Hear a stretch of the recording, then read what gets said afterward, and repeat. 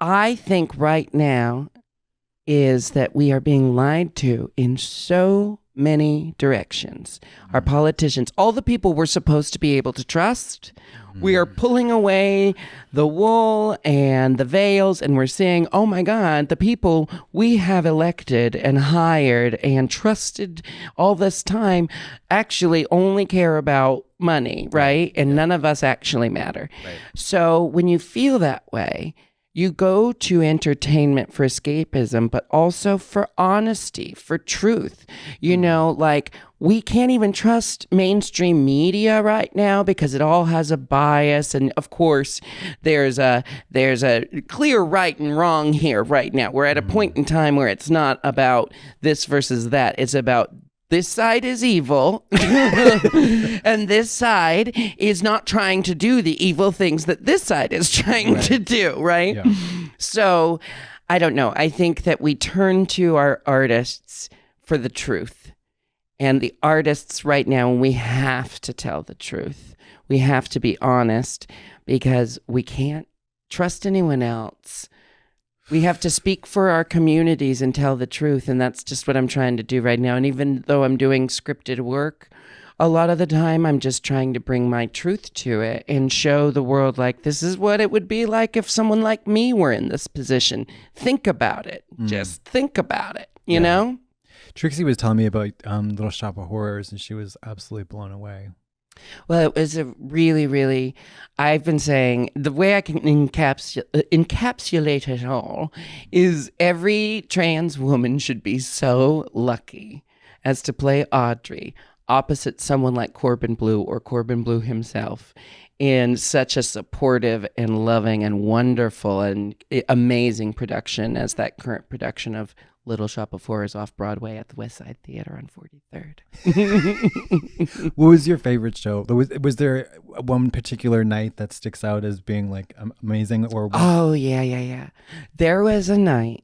I mean, okay, everyone in the cast. If you look at who was in the cast and on the crew while I was running, incredible. I don't want to highlight one person and make it sound like anyone there was not as incredible as this person, because it truly took everyone bringing a wonderful attitude every day to make that experience as profound as it was. Corbin Bleu and I, just from day one, were locked in with each other, and we developed a ritual to make sure we were connected with each other at the beginning of every performance. And there was a night, every night, you know, he's very strong, and he would dip me, and I would kind of put my weight on his knee, and one leg would go up, and it was all this big, you know, like one thing would happen at a time, and it would build and build and build, and while we're kissing, and the audience would go nuts. This one night, I put my leg up, and as I'm doing it, this leg kind of lifts up, and I'm like, he's got me entirely. So then we do all of our bits, and at the very end, I go with the second leg, and then you realize he's holding me entirely, and I just looked like I was floating in his arms. It was this moment of theater magic, of just being present with each other, trusting each other, not having anything else going on in our minds but telling this story.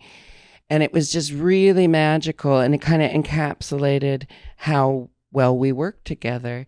And I don't know if that was the most magical performance. I know there were some nights where I came off and I'm like, that was just a f***ing bullseye. But I remember that night, it was like, this is what you can do when you trust someone, when you both have removed your egos and you said, let's just tell this story together as best we can. Yeah. Do you have moments like not in that show, but just in general, where like you feel, 10 minutes before curtain, you're like, well, I would rather do anything than perform tonight? No. I've never felt that way. Really? I have never not wanted to perform. That's incredible. It's what I've always wanted to do. It, like, before I knew anything else about myself. Everything I've done in my life, every single thing has been to lead to me getting to do these things that I'm getting to do right now. And that means there's been a lot of sacrifice, and that means that there's been, a lot of tumultuous moments, and I had a very clear-cut path my whole life, and living that way does take its toll because you start to reach a point where you're like, what have I missed out on and what have I not experienced? Because I have had such a tunnel vision focus, right? That's where I kind of, I refer to it as veering from my path. The alcoholism, which, it enabled my selfishness, it enabled my arrogance, but it also enabled my like bitterness and my resentment towards not being where I wanted to be. But then I had to realize that I was the obstacle, like I knew where I wanted to go, but I was standing in my way because I wasn't letting go of the things that were no longer serving me. And when Dale and I created the holiday show, it tapped me back into what I love about drag and why I chose drag as my medium to work within, because it's for and by queer people. And it's it's something special about our community. And it allowed me this way to reconnect with my audience at a very pivotal point in the year for all of us, And I remembered that the reason why I was doing all of this was to perform, not to be as famous as I could be, but to perform and perform well and effectively.